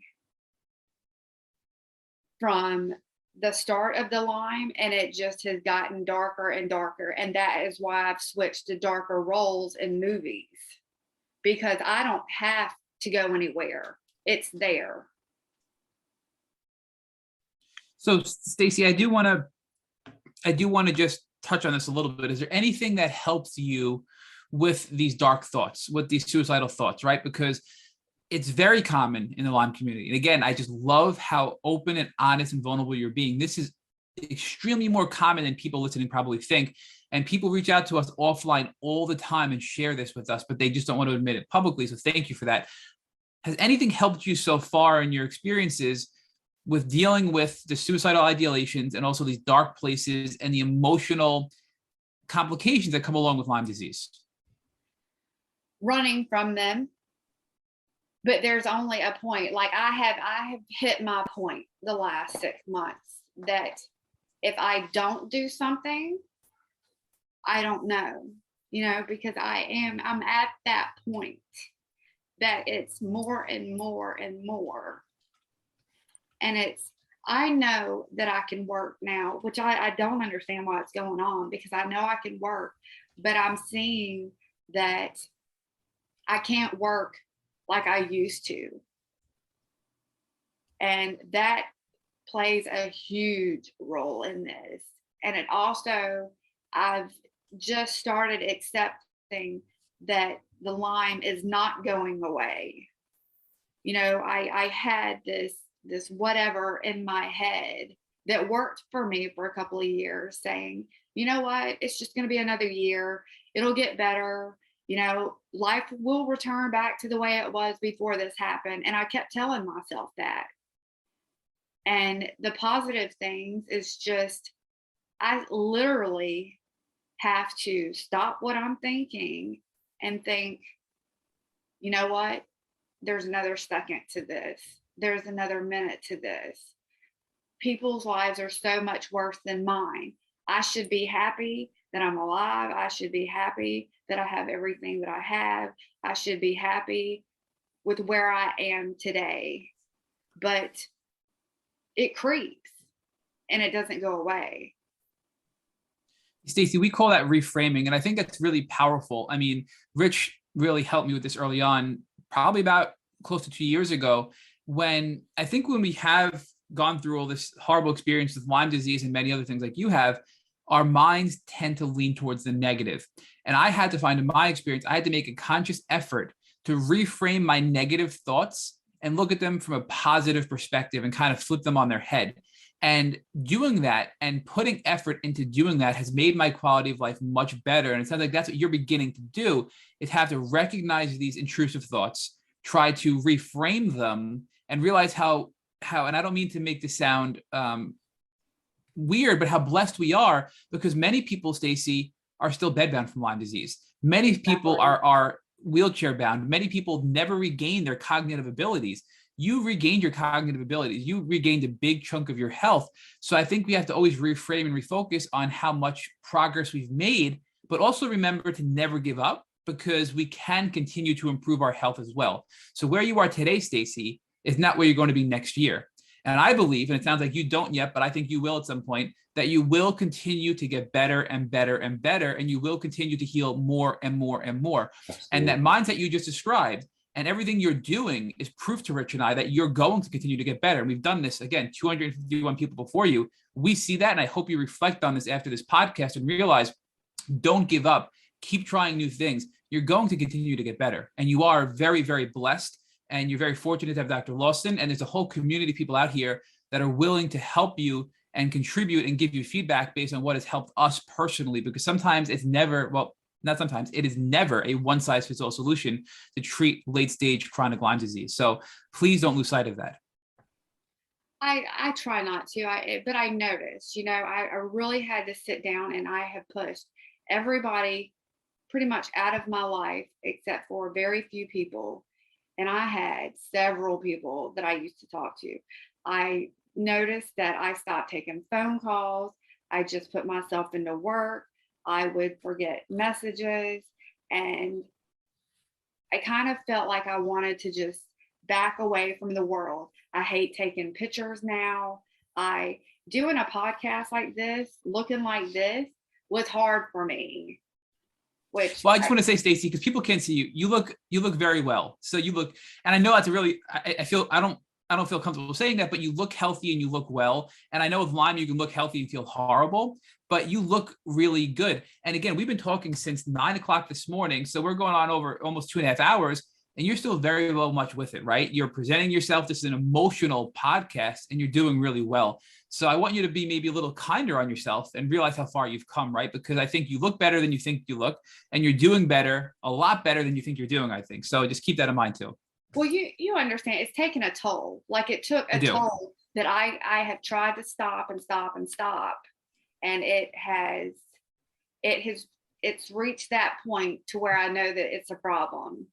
So now that Dr. Lawson has put in a letter that I am taking off for 3 months for self-care and to go and just work on my studio and not film for a couple months. So it's going to be completing the documentary and the studio. And I'm not going to be on an active scene just for a couple of times, but I've reached that point because I've come too far with the illness to do something stupid or whatever. And, for full disclosure, I know not everybody agrees with this type of stuff, but I personally believe a lot in these brain rewiring techniques, because when you are sick for so long, your brain patterns and your brain signals get stuck in that pattern. And now that you're physically feeling better, it sounds like your brain signals are still a little stuck in that chronic illness state.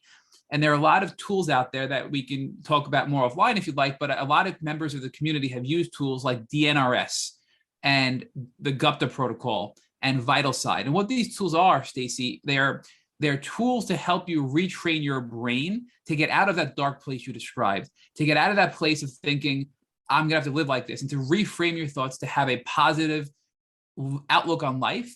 And some of the stories we've heard on this podcast of people using those particular protocols have been amazing and transformational. And they're generally most successful at the later stages of their journeys where you are. So I think right now you're in the perfect spot for something like that to try, because it really has been the final piece of the puzzle for many people in their healing journey. So those are DNRS, it's called the Gupta protocol, and VitalSide. In fact, VitalSide was created by a young woman who suffered from chronic Lyme disease for most of her life. And she used that as a final piece of her healing journey. And now she's been helping countless people with this technique to help them get over their Lyme journey as well. So that's another thing I think to consider throughout the next few months when you're taking time for yourself to work on yourself and not have a health setback as well. So, but I wanted to tighten up a couple of things here. So your mother passed, you were going through all this, you had a lot going on, you hired security, and it sounds like your now husband, Scott, was one of those security members. Is that correct? Correct. So talk to us about the transformation of having him be a member of your security team to developing a romantic relationship with Scott, and then becoming, married to Scott, now being in this marriage, and how difficult Lyme disease made that journey. Because so many people, and again, you're giving us so many really amazing pieces of advice on this podcast, but I can't tell you how many people, Stacy, tell us, I refuse to date. I refuse to consider marriage because I'm not 100% better, and therefore I am not worthy of love, or nobody's going to want to love me because I'm sick. But you found Scott, right? And you were still sick. You were better, but you weren't 100%. And now you're in a happy, successful marriage. So talk to us about that transition and how you managed to obtain a successful marriage and relationship despite your illness. Well, the way I think is not typical to others. And Doc can tell you this. my like relationships are best friend relationships. So whenever girlfriend, boyfriend, whatever it is, it's best friends. And there is no, what do you call it? I'm a weird, different type of person. I invest in my relationships as friends, and that's how all of my group is. And Doc can tell you, we're all like a close group. So I tell everybody that I love them, that are my friends. And some people look at me like, what is wrong with this girl? She says this all the time. And it's my connections, best friends, like everybody's best friends, that my group. It's not just like, oh, Stacy falls in love with all these people. No, best friends. I have best friends. So what started as a friendship and developed into a best friendship, then evolved into a romantic relationship. So talk to us about how that happened and what that was like for you so shortly after your mother passed and going through everything you were dealing with. I wasn't there. I was not there. Like, I don't think I was capable of anything. So when he thought that, driving around and doing stuff, he probably thought I was nuts, to be honest with you. Most people do if they don't know. She doesn't give herself enough credit. She is an amazing, beautiful, fantastic, intelligent woman. And I'm thankful to have her. And I've always been the helper in our group. I've always been the person, if somebody needed something, and for me to have to, I don't like to ask for help. And when I do, I don't like it. I've never liked it. And I really don't like it now, being in this role. But Stacy, I think it's help and support that has gotten you where you are today. Because again, you were not able to even communicate when you first saw Dr. Lawson. So it's the team of people, your mom, your doctor, your now husband, it's Scott, right? It's all these people that have helped you to get where you are today. And of course, a big part of that is you, but you were open to those relationships and accepting of that help, as difficult as it may have been. So Scott, talk to us about your observations, right? Because now, we'll fast forward, you're now married and you're helping Stacy get through her journey, and she's doing a lot better, but she's still not where she wants to be. Then the cancer kicks in. She has all of this going on with her cancer. What were your observations about Stacy's health, Scott, when she started having all of these hemorrhaging problems? She was diagnosed with cervical cancer. Did you notice an increase in symptoms? Did you notice maybe some Lyme symptoms creeping back in because of her health condition going on with the cancer? Here again, what she said before, and I damn near had to drag her out of the house, get her into the car to even get her help. She wouldn't.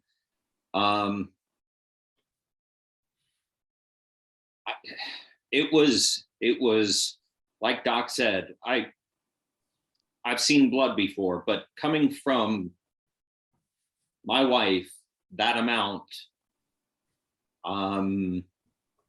that put me in a completely different emotional state. Getting her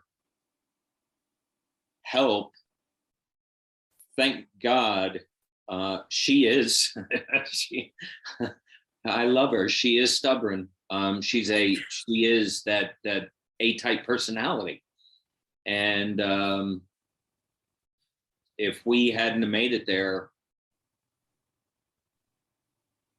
in the time that we did. But again, no coincidences, Scott, right? I mean, here you are, you're newly married, and because of your persistence, and you basically say, it sounds like, I'm being dramatic, but it sounds like you had to literally throw her into the car to take her to get help because she didn't want to get help, right?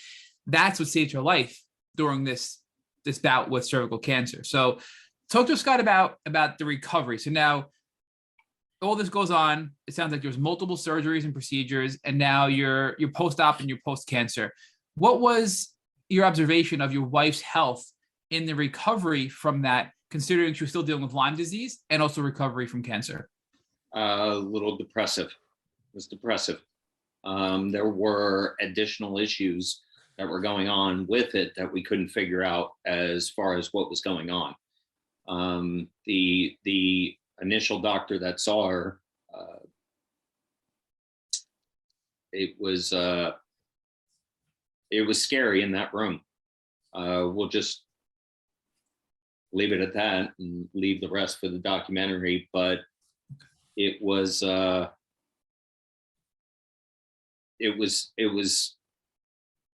almost like her being thrown back into that wheel, just that mill just brought her right back around and dunked her right back under the water again. And it's bringing her right back around and dunking her right back under the water again. So it was,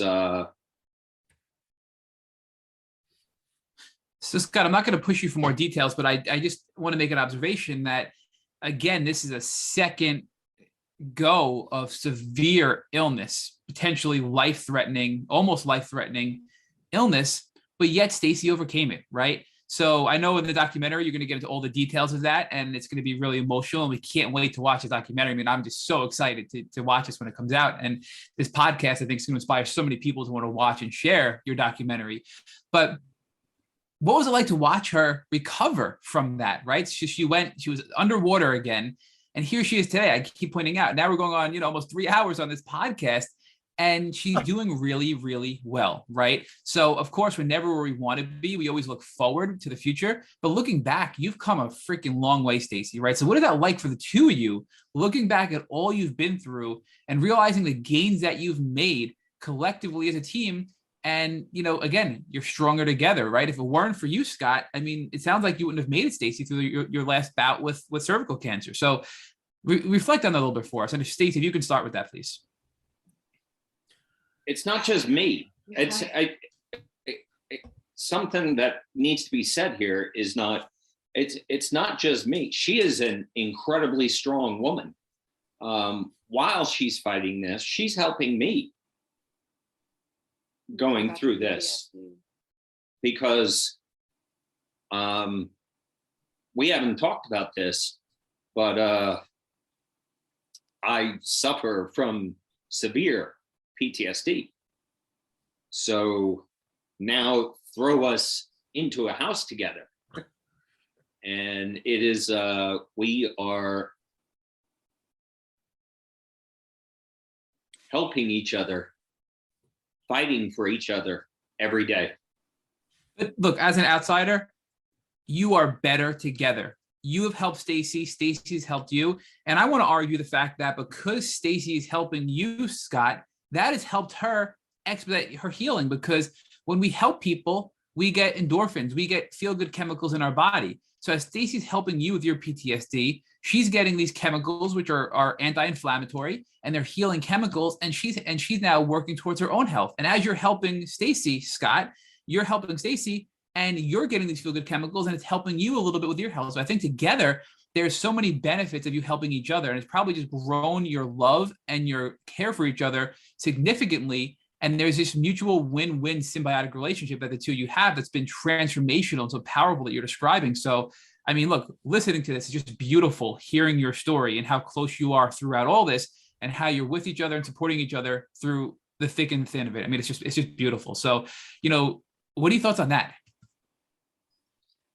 It's been, my life has always been something. It's always been something huge and just like a whole bunch of wrecking balls constantly. And I've been used to that. Like that was nothing for me for many, many, many years until the Lyme hit. Then I could not fend those wrecking balls off anymore. Then I started doing it again.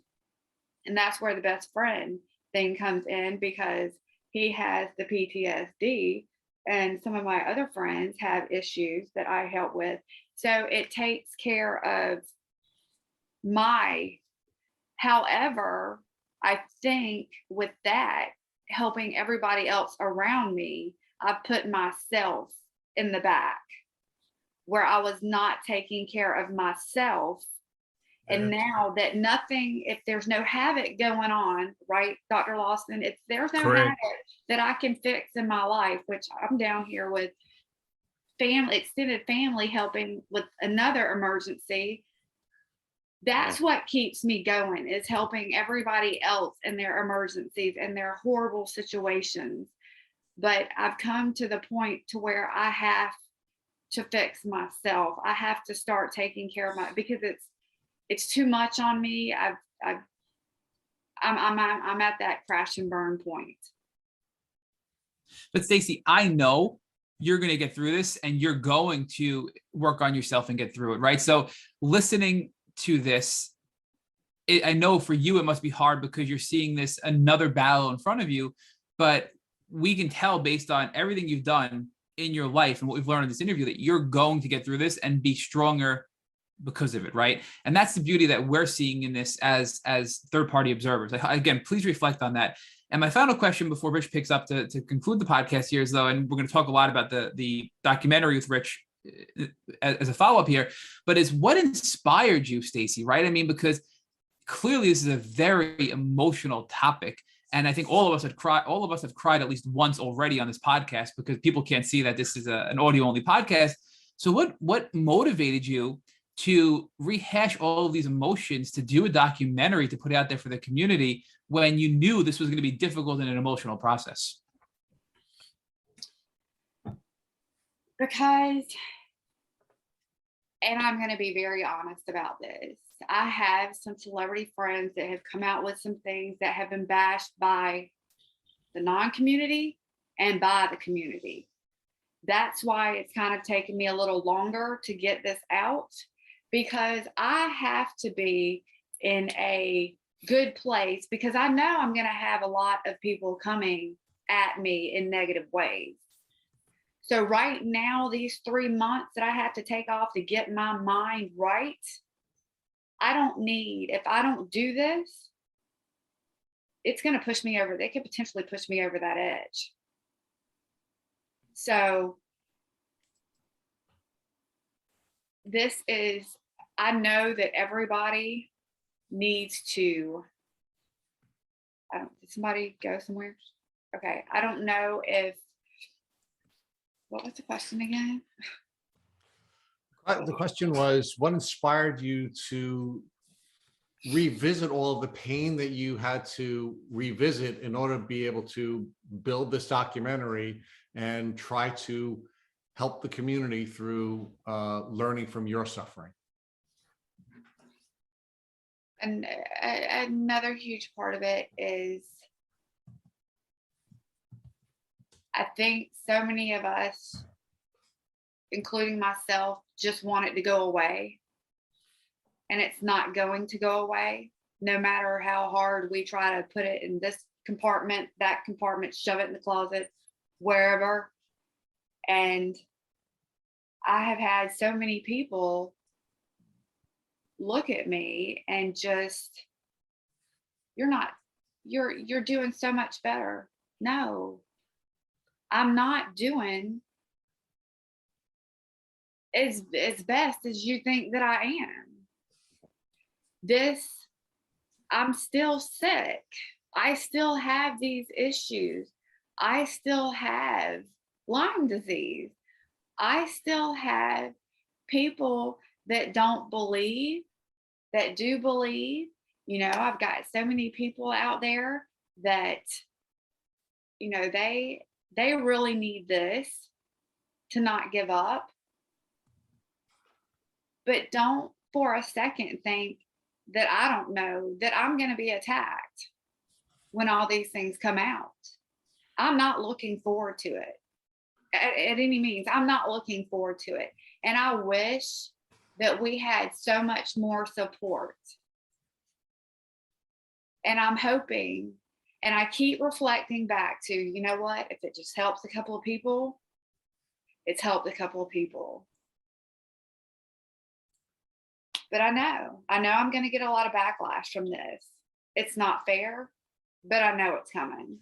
Stacey, the question that Matt was really asking you is, knowing that you're going to get this backlash and knowing that there are going to be people in the general community who are not healthy, who are going to attack you, why'd you do it? Why would you be willing to make that personal sacrifice, knowing what you're going to face, but do it nonetheless? To help people, to raise awareness, and also let people know that my damn wife is not this, whatever they think, this grandiose Peaches and cream that Yeah. I'm living every day. And Stacy just got all this medicine and she's running the world now and everything's perfect. And I did not let a lot of people see, like, I put out some pictures on my good days. People did not see a lot of my bad days. 95% of my bad days, looking terrible and everything else, they have not seen, because I'm used to looking one way. I never wanted people to see me that way. So of course, I guess I have led people on that don't have Lyme disease, that this isn't as bad as it is. Stacey, I think this is a really important point, because one of the things we see on social media, for example, especially on Instagram, is that people will present their best face for a brief moment or in one picture or one part of one day. And there'll be others in the community who will be critical of them for that presentation because it doesn't show the full spectrum of what Lyme disease is. And of course, you want to feel good for a moment. You want to present your best self when you're on social media or when you're doing work in the entertainment industry. But then there's this whole background of what your reality is. And the only way that can be shown is in a documentary film. So Dr. Lawson, let's talk about that. Let's talk about the film and how you all built out the script for this film and what your hopes are for this film when it's released by Netflix. Well, I've always described Stacy as a national treasure, kind of like George Washington, Abraham Lincoln, Eleanor Roosevelt, and that this documentary, this podcast is a hallmark event that will make a significant difference in the treatment and recognition of Lyme's disease, not only in the United States, but in Europe, because of her message and our message with the documentary that early treatment is very effective, and then continued research for finding ways in which to bring the chronic Lyme disease under control for those people that didn't get the early treatment. So Stacy runs the whole script. I just sit there and tell the story. That's all I do, and validate that with her treatment, she did show improvement in everything. But the people want her in these movies, as far as I can tell, not just because she's an actress, but she's a producer, and she'll get the production out on time, under budget, without anybody getting shot with a firearm, and that's what they keep calling her for. That's why she was scheduled for 8 other cast for 8 other movies this year, is because they count on her to get the movie out. I mean, just recently she had to go back to Savannah to get another movie put together because of a glitch that occurred in the production, and she said she took on the responsibility to go back and take care of the problem, even though it probably wasn't her fault that the glitch happened. But that's the way she is, and that's why these people demand her presence in the productions, and that's why if she develops her own movie production studio here in Greenville, she's going to be very successful, and that will make a big impact on the Greenville area, a new industry coming in here for thousands of patients and the people that work. So I'm proud to death of her, and that's why I call her a national treasure. So Scott, as the husband of the national treasure, talk to us about what it was like to have your wife use her diverse set of talents to put together a documentary film, which she knows is going to result in her being criticized in some circles, which she knows is not necessarily going to be helpful in her own health, but that she's willing to do because she needs to make the sacrifice to help others and their suffering. But see, you just said it. She puts so many people ahead of herself. She constantly does that. She's done it for me. She's done it for her family. She's done it for friends. She's done it for people that she doesn't even know. She constantly does that. That is my wife. The thing about the documentary is those that have Lyme disease or those that live with people who have Lyme disease understand there is a whole community out there who don't know anything about it and think it's more like a mosquito bite. And I don't want to understate them, and we're not calling them, it's just ignorant of the facts. The other portion that really needs to understand this is why Doc is here, is the medical community. There is a very simple solution for addressing this. And this needs to get out there. This information needs to get out there. People need to know. People need to be aware. It's a very simple thing. And she is taking this on like she does with so many others, selflessly, to help them, to be there for them, to be there for me, to be there for her friends, for her family. She has done this over and over and over again, and this is her. And I love her for it.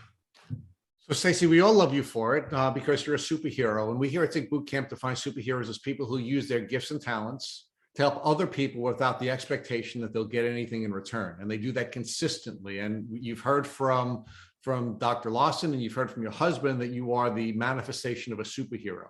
So talk to us about what folks can expect to see in this film. And I just want you to tease it. Don't obviously give us too much, but what people are going to see in this film when they have an opportunity to view it on Netflix in the next couple of months.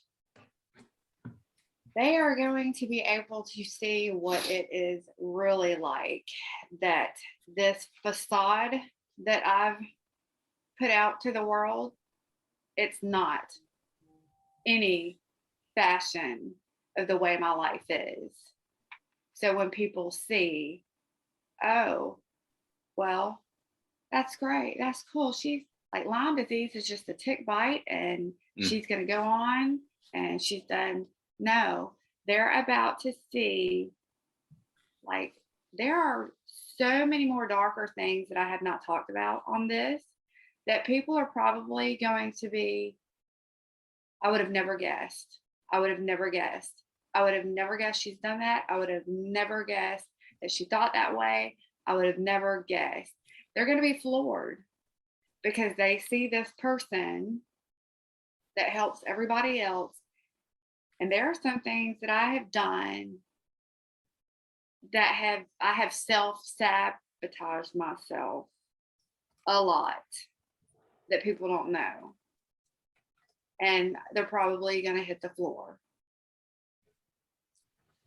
And I think we're gonna leave that as your last quote, because we know that you hope that this is going to allow people to understand the full breadth of Lyme disease, help people to understand how important it is to avoid Lyme disease, how important it is to get early intervention in the event that you do suffer a tick bite after you're hopefully checking on a regular basis. So we can't thank you enough, Stacy Johnson, Scott Dukelow, Dukelow, am I pronouncing it again? Dukelow. Thank you.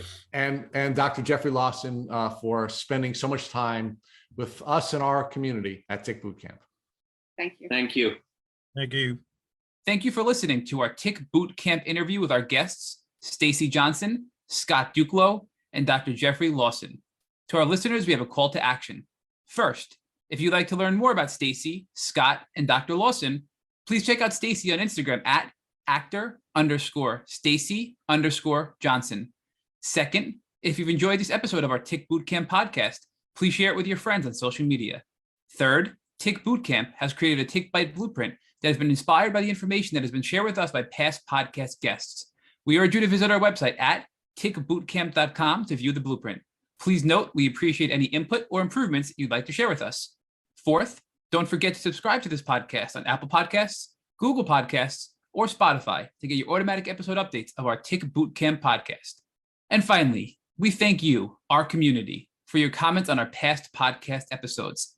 Please take a minute to leave us an honest review on Apple Podcasts, Google Podcasts, Spotify, on social media, or on our website. We make it a point to read every single one of the reviews you share with us. Thank you, as always, for listening.